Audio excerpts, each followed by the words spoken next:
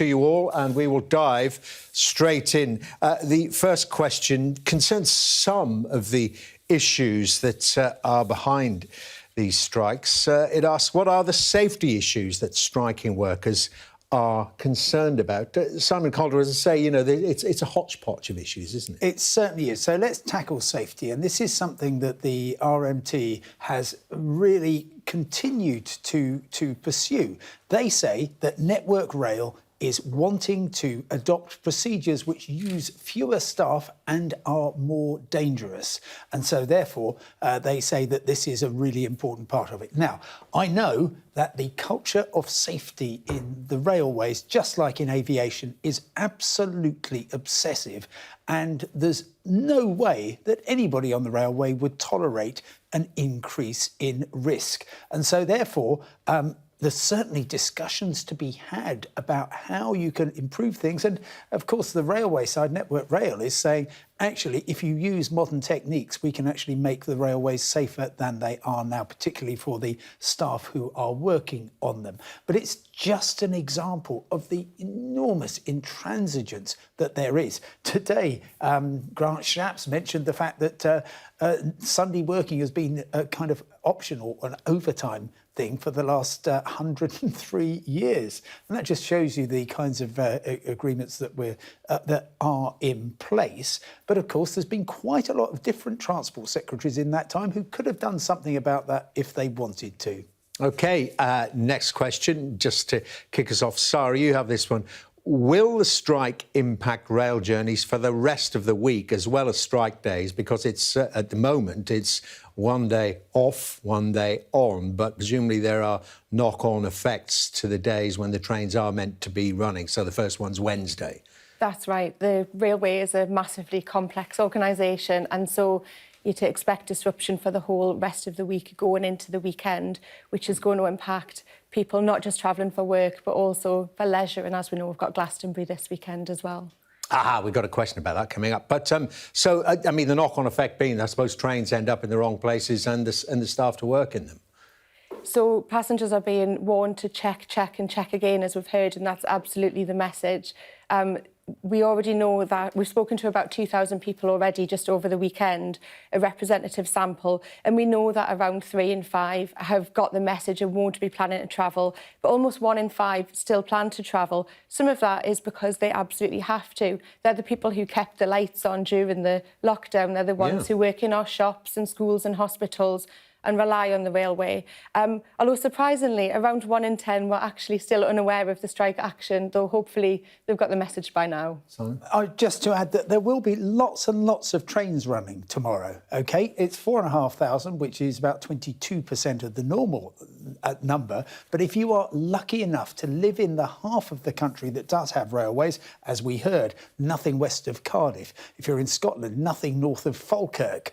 That's a really terrible situation. But in the rest of the country, and again, I'm afraid it's London and the South East, will have a perfectly kind of competent service. So it's worth checking, though. Oh, yeah, sure. During the day, from about 7:30 in the morning till about 6:30 at night, and bear in mind the last trains. For example, there's a train an hour to Cardiff, similar frequency to Bristol, to Birmingham, to Manchester, to Leeds. There's a lot of trains running. Gatwick Airport, 4 trains an hour. OK, so keep your eyes peeled for that. OK, Simon Jones, I want to put this to you, and this next question is about, well, I suppose the finances, the mess that the finances are. Train tickets are already unbelievably high. Ridership is low due to people working from home, and we have a cost of living crisis. How can the rail industry survive without a major overhaul? And we know of the scale of subsidies that the rail industry gets. I think you're absolutely right. Rail finances are not in a good place. The government earmarked, I think it was about £16 billion of emergency funding just to balance the books. That's like £600 per family in the UK, or £160,000 for every worker in the railways. And it's, when you look at it now and you see how much ticket prices are, without the reform that the railways need, there is only one way and one set of people that will be picking up the costs of pay increases, and that will be the travelling public. And I think these strikes are just an act of self-harm. An average pay for an average worker on the railways is about £55,000 a year. And some are on a lot more, some on a lot less. But I think the union bosses are now jeopardizing an industry that they say, and I know that the majority of people that work on the industry love. Okay. But I mean, what about the prices? I mean, I was recently on a train more or less across the entirety of Germany from Berlin to Dusseldorf. And it was cost me about €80. I mean, a comparable distance in the UK would have been, on the day it was as well, would have been over £200. And I think that's the big difference, isn't it? That we have this myriad of confusing ticket prices in the UK at the moment. And it's something which I know the industry reforms with GBR rail reforms are supposed to address as well. But you can buy cheap tickets. There was recently a sale where some of the tickets were exceptionally low. Some of my friends have dashed the £1 million ticket sale. Look, they are not consistent though. And if you rock up on the day, you can pay exceptionally high prices. And some people are forced into ticket prices that are very high. They will put up and they will pay for those prices as long as the trains exist. That is why I think that this union action is so disastrous, because we've been through that awful pandemic, a period where people didn't travel around, but people are starting to get the confidence to go back. My train yesterday back from Suffolk was absolutely heaving. It was great to see people back on the railway, but if they don't believe the trains are going to show, they won't be turning up, the ticket revenue will go, and we won't have the trains that we desperately need in this country. And Simon Nelson, in terms of not just the high prices, but the confusion about them. I mean, where does it leave passengers? Sorry, Simon. I mean, there's millions of combinations of tickets. It is a really, really complicated system. I work in the industry and I sometimes have to ask colleagues for a hand to work out when I'm going on a long weekend. That said, there are good deals available, and we are also going through a wide-scale reform of the industry, the biggest in a generation, where there's an opportunity for government to listen to how passengers want to live, work and travel, and provide products that match that. So we're looking at single leg pricing to avoid this, return being £1 more, and pay as you go to make things better value and price capping. But Simon Cole, I mean, this reform that we're talking about, this in part is what's behind the strikes, the attempt to reform. Well, you absolutely need to reform the industry to cut the extraordinary cost of running trains, but you also need to reform the fare system. The government had the perfect opportunity. Rail ridership fell to a tiny percentage. At that point, you could have just said, right, we are going to completely readjust everything. The Department for Transport, the Treasury, shied away from that, and I am not convinced that they are going to do what is necessary, even though they keep saying they are. Just to pick up on a couple of things Simon said, first of all, in terms of earnings, 55,000 average earning on the railway, well, that I think would be the level that drivers are on. Most drivers are not involved in this. They're not the vast majority of railway RMT says that most of their members earn between £20,000 and £30,000. Some of them are on minimum. Very important point to make. We're going, in all these questions, we're going from big picture to the specific, and you can't get more specific than this. I don't know, Sarah, would you know this? Will reserved seating on non-strike days still be valid? Well, Simon Calder's not.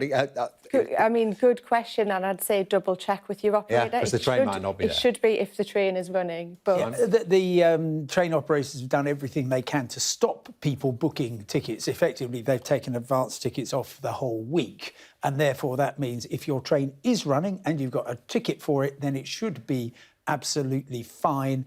For example, Lumo, which is a new operator running between London, Newcastle and Edinburgh, is saying, yep, everyone's going to have a seat available. We're doing quite a lot of running trains on strike days, on the days after. You've got to have a seat reservation. You can organise that through us. And they're actually saying, they're the only operator I know of, who's saying, yeah, we're looking at stepping up the number of trains we run on Thursday and Saturday. Lumo, new one on me. Sorry. And just to add, of course, this isn't what he asked, but if you have booked assistance, if you have mobility needs, you do need to check whether that's going to be available. Yeah, well, that's an issue with or without strikes, isn't it, of course.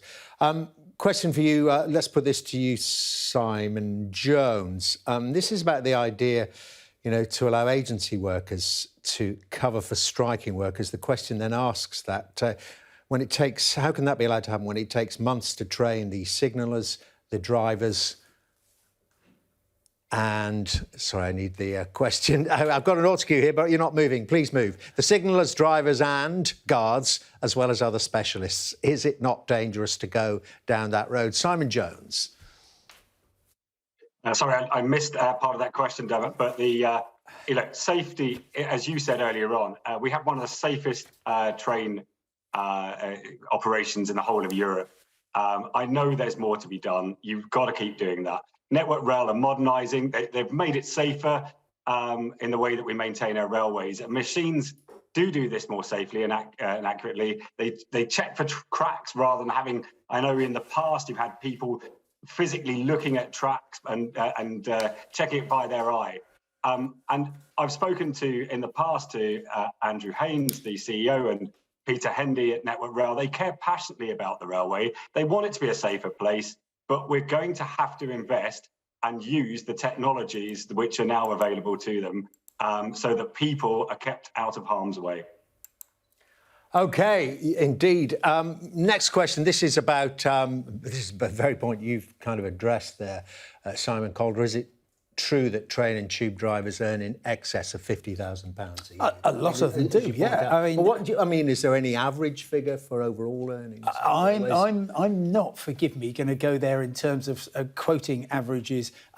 It is absolutely the case that train drivers, whether they're on the tube or whether they're on the National Rail Network, are very well paid. There is actually quite a lot of tension between the unions, ASLEF, which represents the drivers, which is not involved in this dispute, and the RMT. Certainly ASLEF has earned its members some really quite handsome settlements over the past few years for a job which is highly skilled. And so, yes, there are some really significantly high earners on the railways, but they tend to be doing the driving, and the people working for the members of the RMT, who tend to be guards, station staff and so on, are not on anything like those levels of pay.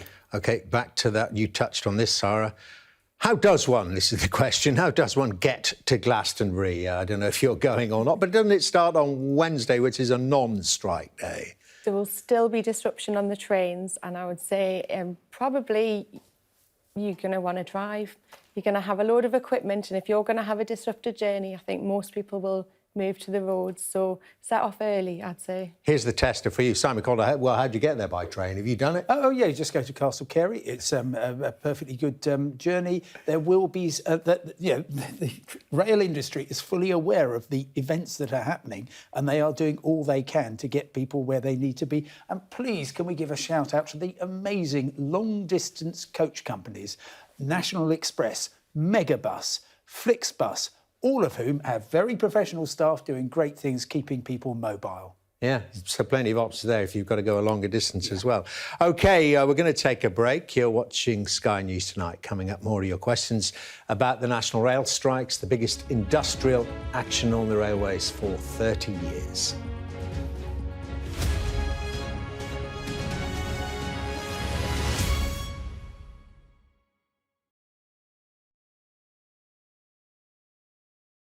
So we at Guide Dogs have many volunteering roles, but one of our key volunteering roles is our puppy raisers. So lovely Josephine has brought Oki today for us to enjoy, and he's 17 weeks. Okay. So puppy raiser takes on a dog for us at Guide Dogs from the age of about 8 weeks until they're about 15 months old. He looks gorgeous. And it's, can I have his? Of course you can. Yeah. And the role is all about socialising the puppies, getting the puppies used to things like public transport and different noises, so that when they go on to form one of our amazing guide dog partnerships, they're used to all of those things in the environment, and they've spent all that time there. But why would you host a puppy and then have to give him up? the rewarding part of it is, we'll give you another one. So please don't worry. So we do need more puppy raisers. So we're always happy to, once you've raised one puppy, we'll provide you with another puppy. So start all over again. I'll take my shoes off and get down with it. Of course you can. Feel free, bless him. Thank you. But, No, don't chew those. I'll have those. I can see what you were doing. But also, the reward is that you're really helping someone to live an independent life. So these dogs go on to perform an amazing role, to be able to support people as a working guide dog, to be able to have that independence. So really rewarding. And do you have to train them yourself, or is it just... So you get support. So a lot of people, so the research that we did found that actually 18% of people don't take on a dog because they feel that they wouldn't have the knowledge to be able to do that. Whereas we have dedicated puppy development advisors and supervisors that help you with that journey to be able to train those dogs up. I'm Alex Crawford and I'm Sky's special correspondent based in Istanbul.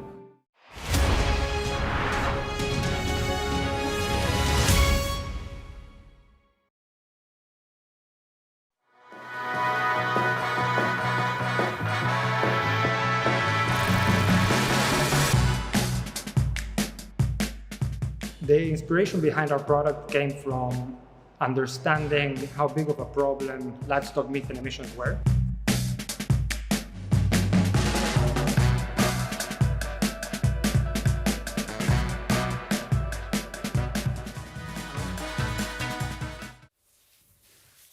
Welcome back. We're answering your questions about the rail strikes and general travel disruption this week and maybe for more weeks to come. Let's remind you the details of this week's industrial action on the railways. And more than 50,000 train workers are expected to strike on 3 days this week. Strikes will take place on Tuesday, Thursday and Saturday.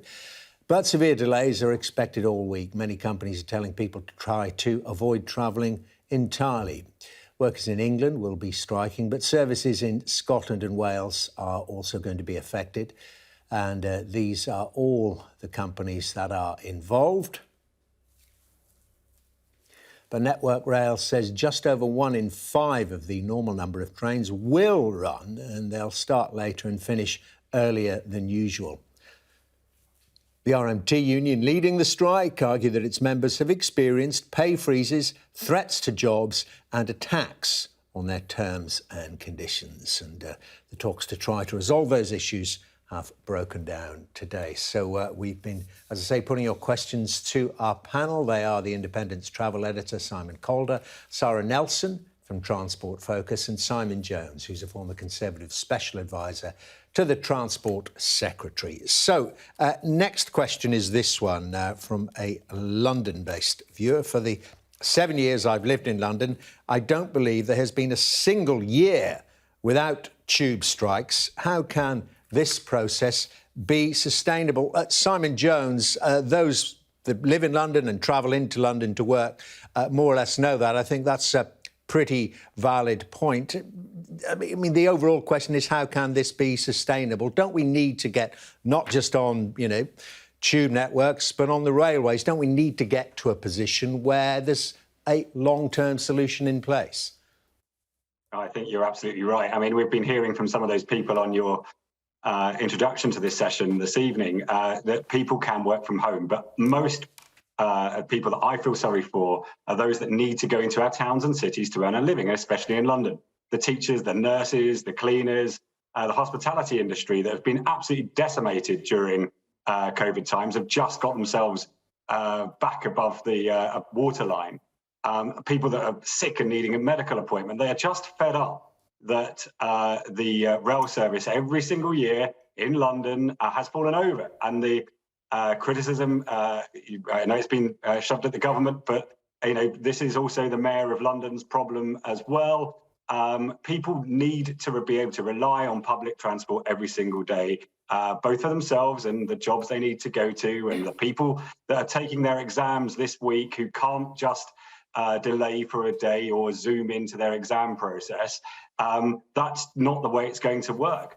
Look, people's lifestyles have changed during the pandemic. Some of that is really, really good. but we've got to have a better, more sustainable railway going forward. Well, and therefore it's got to be able to turn up every single time we want to use it. Well, I just wanted to ask you, I mean, what about changing the law? Did you, when you were working with the Transport Secretary, did you look at changing the law and, Yeah, I mean, outright banning strikes or certainly designating it an essential service? Well, I think this is something we definitely looked at. And you've only got to look at places like Spain, who have got a slightly different approach to it. And in Spain, you can have a minimum service requirement, which just means that people that need to do essential services can still use the rail network. And I think as part of the modernisation, as trains get more safe and there are more safety systems on our trains, we're going to also have to ask unions, and my belief anyway, to allow people to go into the jobs they love doing. Whether that is a driver, a conductor, catering staff, or the people that are relying on those trains to get into our cities to do the jobs they love. OK, well, we've got a related question following on from that, asking about, well, the technology. Technology, the question is this, already exists to drastically reduce reliance on this overpaid and uncooperative workforce. Don't union leaders realise that they're only encouraging the decimation of their own employment sector? I mean, on that issue of technology and automation, the question is, right, Simon Calder, aren't they? You know, I mean, there are plenty. I mean, there are systems in the United Kingdom, not too many of them, though, which are driverless and conductorless. Certainly, you can look at the Docklands Light Railway, for example, which is operating tomorrow. But the understanding is that pretty much everywhere you want somebody who is there on board, a member of staff who can help people, for instance, who need special assistance. In Qatar, where of course they're hosting the World Cup, they've opened the most amazing metro, which is driverless, but they have staff who are there. So you're going to need staff because passengers want reassurance, they want help, and having something completely automated simply doesn't work. Just on, if I may, the London Underground tomorrow, we have got another strike. There will be some services running. Transport for London says try and finish your journey by 6 if you are trying to get the tube to run. Don't forget that the buses will be incredibly busy because, of course, we get 2 strikes for the price of 1 tomorrow in the capital. And then do not expect any tubes to be running before 8 a.m. on The knock-on effect on the Wednesday. So you will be getting around. I think maybe this is... we will know an awful lot more by this time yesterday about how effective the strikes have been. Yes, yes. Not back in time, sliding doors. Sarah, on that question of staffing and technology, from the passenger perspective, of course, passengers, they like to see staff at railway stations. There's this suggestion of closing all ticket offices. They like to see staff on platforms. They like to see staff on trains. Now, the pandemic exacerbated a trend that had started anyway, which is that people are moving to using the new technologies, and around 1 in 8 tickets are now sold at a ticket office rather than the higher proportion before. So there is that. However, we know that people like to have staff around. They want to know they've bought the right ticket. They want to know they're in the right place. They want to know someone's there to help them if they need it. And we know they value those staff. It doesn't matter so much to them where that member of staff is. So whether they're behind a screen or out on the concourse, but they do like to have a staff presence. This is one of those very tough choices you have to make. The idea that for any journey, you and I should be able to buy a paper ticket if we want one, using the technology from the 18th century, 19th century, is a little bit perplexing when you're trying to save money. Yes, you can staff all these ticket offices. I remember going to Carbis Bay, previewing the G7 conference, and found that there's one train every hour, the fare is £2, and there's somebody sitting in a hut selling tickets, even though you just need somebody on the train collecting the money or whatever. There are, in order to get the railways on an even keel, you are going to have to make some really tough choices. Yeah, but millions of people still don't have smartphones, do they, who use the railways as well. Let's get one more question in before this break. Simon Jones, why are the government creating a hate campaign in the media against frontline staff? They worked all through the pandemic, yet rail bosses are on ridiculously high salaries and still get a rise and bonuses. Is the government creating a hate campaign, in your view? Well, I hope not, and I don't think that is the case at all. I think there is definitely some tension between the union bosses and the TOCs, the Network Rail, and definitely the government at the moment. But I love the workers on our system. I have always found them exceptionally approachable. Sarah was just saying, I'd love to see frontline staff speaking to customers. We don't want them in ticket offices when there's nobody buying tickets from there and they're getting them either on their phone or from ticket machines. We want to see more staff. I want to see more staff. I really hope that there isn't a campaign, either from the public or from politicians, against those people that are frontline staff. What about the bosses, though, these high salaries and bonuses? Well, there are high-paid bosses in nearly every sector, and there are also high-paid union bosses as well. And the union, the RMT, I think, is sitting on about £53 million at the moment. It would be quite good if they want their union members to have more money, if they could dish out some of their own to their own workers. OK, as long as the bosses follow suit. But I'll be very happy with that too. But we want to see, I want to see better value tickets, and the only way we're going to do that is by making sure that it doesn't become too costly that prices us all out of our journeys. OK, let's take another break. This is Sky News. Coming up, more of your questions about the national train strikes, the biggest industrial action on the railways for 30 years.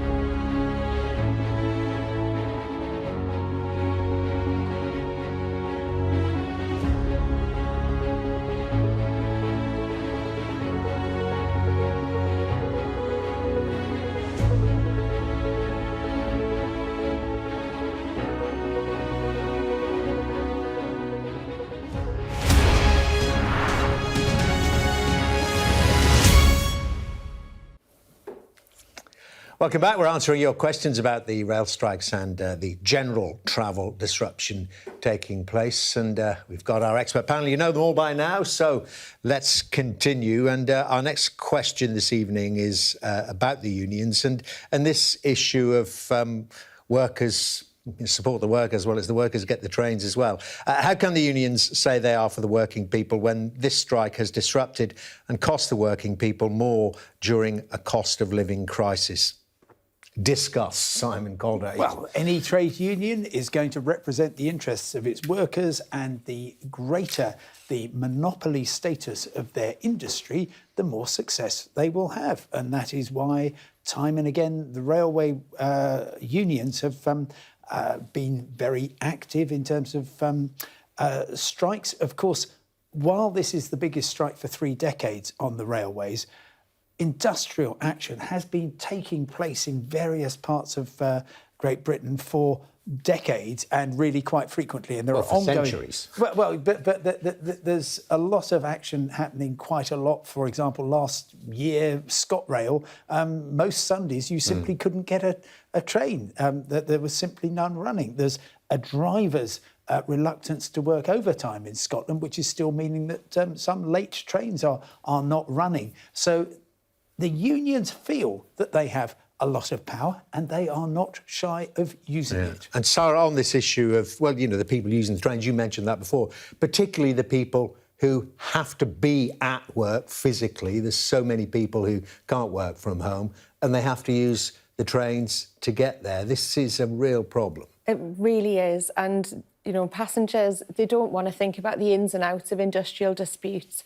They just want to go about their business. They want to make their way to work, they want to go and see people, they want to have a social life.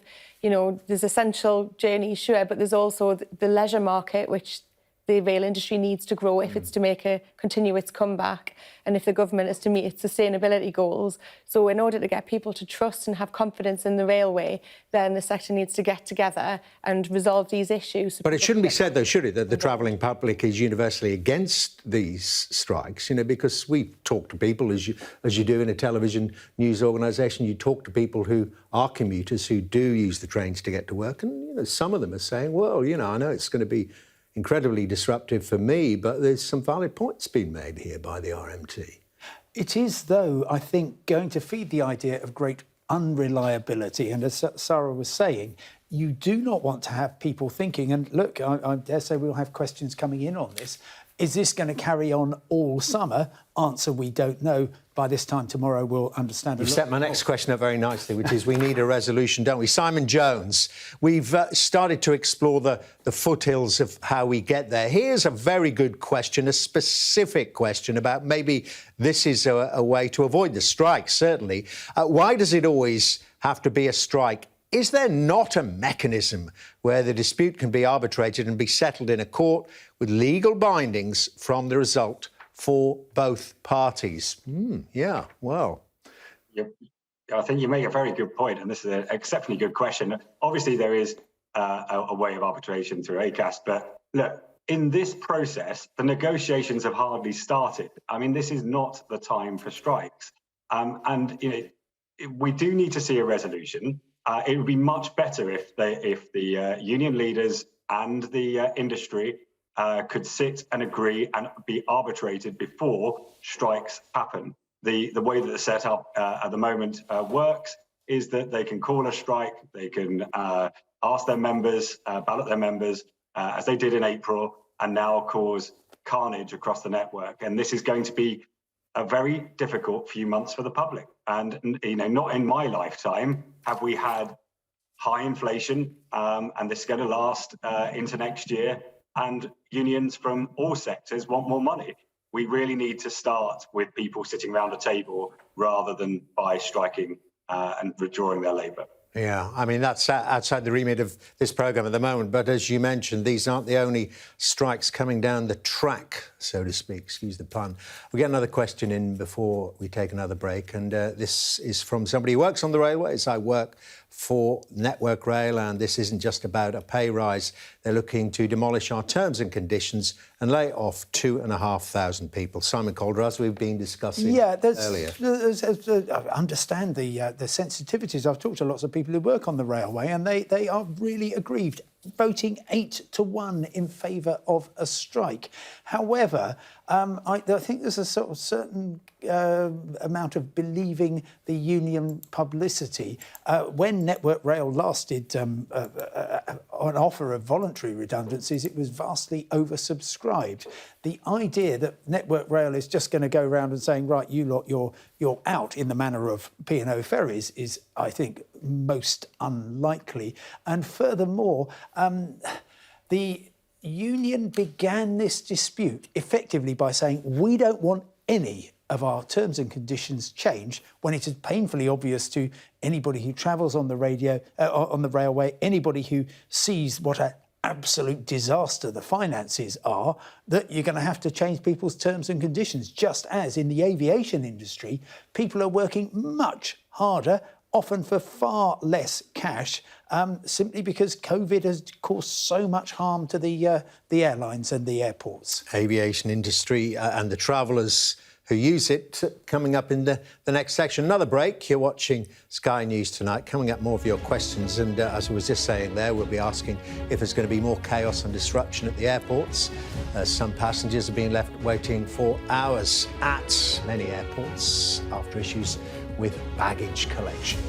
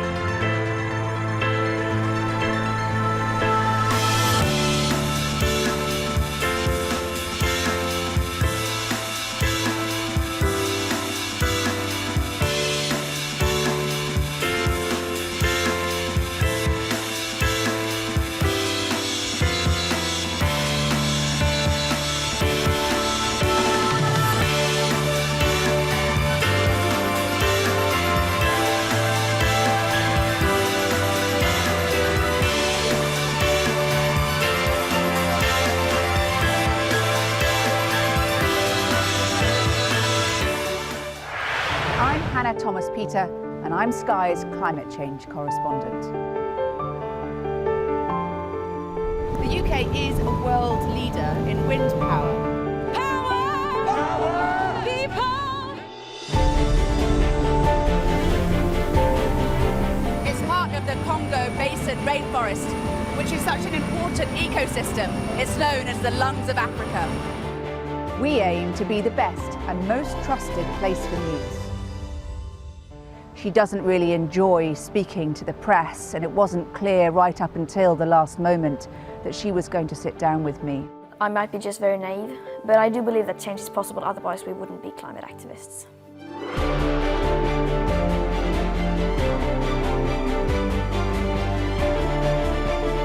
I'm confident for the last 30 years we have known how bad it is.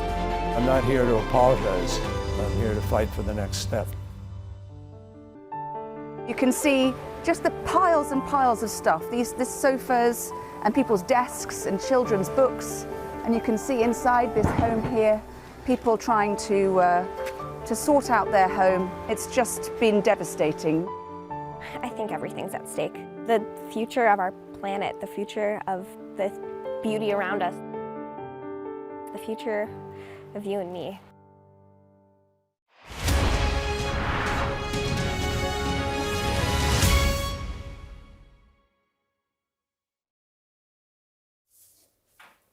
Welcome back. Now, Heathrow has asked airlines to cancel about 10% of their flights to help cope with the baggage backlog that's building up in Terminal 2. Hundreds of passengers had to wait for over 3 hours during the weekend to get their luggage, often with no explanation, of course, from the staff. And airlines have been given the option of consolidating their flights as well. Well, that means that instead of cancelling 10% of the services, they could move passengers onto other flights, make sure they're entirely full. Ashna Horinag has more. Harry and George are meant to be in Sao Paulo receiving medical treatment for their autism. But instead, they're sat in Heathrow's Terminal 2, trying to get there after delays force them to miss their connection. Their mother, Carla, feels stranded. If I start to explain to you how I feel, I will start crying. The situation from last night to today, this time, it's been horrific. That's the only way I can explain to you. I experienced something that I wouldn't believe I would ever experience with 2 autistic kids, special needs kids, in an airport. That little boy was shaking, and I said, please, can someone help me? The airport has asked airlines operating in 2 terminals to consolidate their flights. In other words, cancel 10% of them to lighten the load. Colton is one of nearly 5,000 passengers now grounded. Flew from Johannesburg to London hoping to get a connecting flight to Oslo in the morning, and when I arrived here, just got a text saying the flight was cancelled pretty much. I haven't seen my girlfriend in 11 months and I'm proposing to her tomorrow, and I was supposed to see her this morning, so that really stinks. Disruption has lingered as the industry struggles with the surge in Sunseekers post-pandemic. Problems with the baggage system at Terminal 2 over the weekend left hundreds waiting for 3 hours to collect their luggage. Issues with a lack of staff persist. Fundamentally, the issues at Heathrow are around IT systems, baggage systems that can't cope, coupled with fewer staff that would normally be on duty due to the staff shortage across the airports and airlines. And of course, it's making a misery for consumers who are hoping to have a seamless trip and aren't getting one. Some airlines are trying to get ahead of further last-minute chaos. EasyJet has cut thousands of flights from Gatwick and Amsterdam. The effect already felt at Schiphol Airport, where queues snake out of the terminal building. Airlines reducing the number of flights may be the most sensible option in delivering a more reliable service over the summer, but it still leaves millions of passengers panicking about whether their flights or holidays will be cancelled or delayed. Carla, Harry and George are now booked on a flight on Wednesday, but the delays have already caused them to miss one appointment in Brazil. A reminder that for thousands of families, this isn't a missed commute or holiday, but a trip they're depending on. Ashna Horinag, Sky News. OK, well, let's get some questions then about the airlines and the airports, of course, those baggage problems, as Ashna was describing. And this question, well, has a specific suggestion. Simon Calder, why not use the Army to support baggage handlers at major UK airports? That's Michael O'Leary, I'm sure. He suggested that, didn't he, the Ryanair boss? Yes, getting the Army in, making sure that they are absolutely clear about what needs doing and so on would be really, I think, a very last-ditch attempt to deal with something which ultimately should be solvable, and probably it's more elegant to cancel 10% of your flights than to bring in the Army. Anything that involves working airside in airports is always going to be very tricky in terms of security. Well, they'd be security cleared, though. That's part of the suggestion, isn't it? I mean, well, the Army. The security clearance and what you require to be serving in the military and what you require to be airside in an airport, that there is not necessarily complete congruence between them. Certainly, I was down at Terminal 2 yesterday. I thought it was a new piece of performance art, an early entrant for the Turner Prize. This pile of bricks in the tape. Yes, this amazing baggage mountain. Yeah. The short answer for anybody travelling abroad this year is take cabin baggage only, please, because... So they take it off you at the gate sometimes as well? Well, not if you know exactly what the rules are. OK, so the good thing about that... Well, exactly. You're not going to have to queue up for check-in. You're not going to have to wait for the carousel. And there's no way it's going to be sent to the other side of the world while you're not, or indeed left behind at Heathrow. OK. Larger point here, and perhaps this is more generally about strikes. This question: wasn't one of the promises that leaving the EU would see no change in employment law? Simon Jones, this back to the suggestion, I suppose. I suspect the question is wondering about, the idea that the law could be changed to allow agency staff to replace strikers. I think to get to that point, you have to be in a very desperate situation to do so. But agency workers, we're not just talking about the untrained. We're talking about very highly professional people that can come in and help support at the last minute. Your last question was about whether army should be able to come in. These are very highly militarized people that can come in and run things, but they have to have the skill sets to be able to do it. And one of the questions which I think I asked when I was in DFT was whether some of those people that run freight trains could run passenger services when we had the problems of strikes on Southern Rail 4 or 5 years ago. And the answer is generally not. So as much as the headlines are there, I'd much prefer people that are currently doing the jobs to continue doing the jobs. I mean, is the government afraid of exacerbating things, do you think? I mean, bringing the army in, it's a real signal, isn't it? I think it would be a massive signal to bring the army in. I'd much prefer people to be doing the jobs they love doing. I don't think it's a great idea to have the army in, although that said, wasn't a big private company that was supposed to 10 years ago run the Olympic security, and the army was brought in at the last minute, and they did a terrific job, and we had a brilliant games. Now, that is a last minute thing to go and do. You don't want to get down to that level. You just genuinely want people doing, as I say, the jobs that they love doing, to get on with the jobs that they love doing. But, of course, inflation going to hit 11%, maybe higher, who knows? So, last question, we'll get Sarah Nelson on this. Are we heading for a summer of discontent with more and more strikes? I mean, stay with the railways, because we're only talking about 3 days of strikes, but we heard it and we've seen the talks break down, the RMT saying this could go on for many weeks. Well, passengers will desperately be hoping not. They're ready to come back to the railway, so let's give them something to come back to. Everybody needs to get round the table and hammer out a solution to this.